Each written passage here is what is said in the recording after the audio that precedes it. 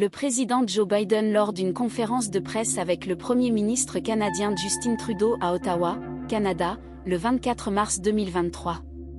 Le président américain Joe Biden a été chaleureusement accueilli par le Premier ministre Justin Trudeau vendredi pour sa première visite officielle au Canada. Les deux dirigeants ont lié un accord concernant l'immigration irrégulière. Suite, le président des États-Unis a accueilli comme un grand ami de Justin Trudeau. Joe Biden a fait sa première visite officielle au Canada le vendredi 24 mars, notamment un accord sur l'immigration irrégulière. Washington et Ottawa travailleront ensemble pour décourager les passages illégaux de leur frontière commune, qui a décollé en 2022, a déclaré le président américain au Parlement. Joe Biden a été applaudi à plusieurs reprises par les parlementaires permanents lors de son discours, en particulier lorsqu'il a salué l'engagement des deux pays à soutenir l'Ukraine.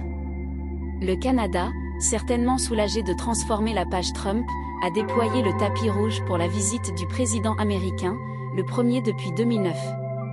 Le Premier ministre Justin Trudeau, qui a reçu le président américain pour un dîner en famille à son arrivée, a été très sympathique pendant le court séjour de Joe Biden, qui devait partir vendredi soir après un dîner de gala.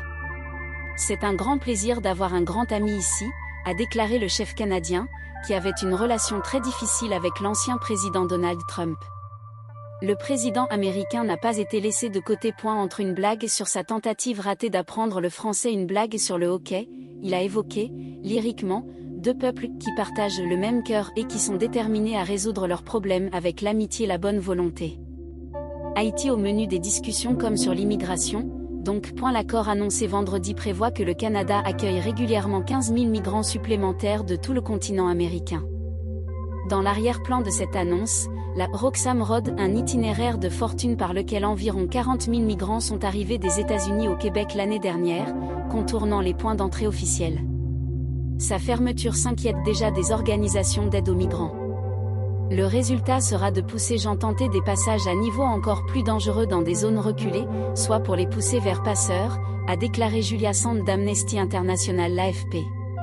Un autre sujet discussion était Haïti, en proie à violence extrême et à une grave crise humanitaire. Justin Trudeau a annoncé enveloppe 100 millions de dollars canadiens pour soutenir en particulier la formation des forces l'ordre haïtiennes. Mais la visite de Joe Biden n'a pas conduit à une annonce sur l'éventuelle dépêche d'une force militaire internationale dans le pays des Caraïbes, une force qui, selon les États-Unis, devrait idéalement être dirigée par le Canada.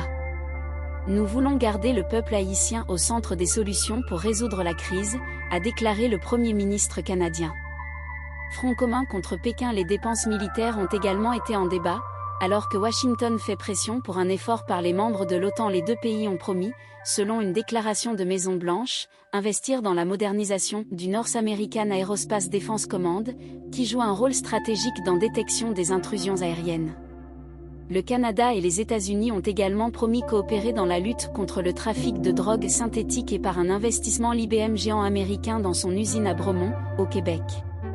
Enfin, et cela est désormais inévitable lors des tournées diplomatiques du président américain, la question de la Chine est apparue.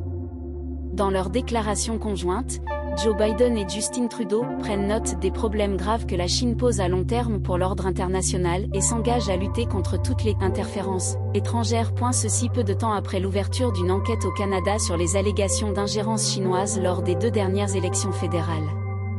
Lors de la conférence de presse, Joe Biden a été interrogé sur la réunion entre le président russe Vladimir Poutine et le président chinois Xi Jinping cette semaine à Moscou. Si quelque chose s'est produit, c'est que l'Occident a clôturé considérablement les rangs, a déclaré Joe Biden.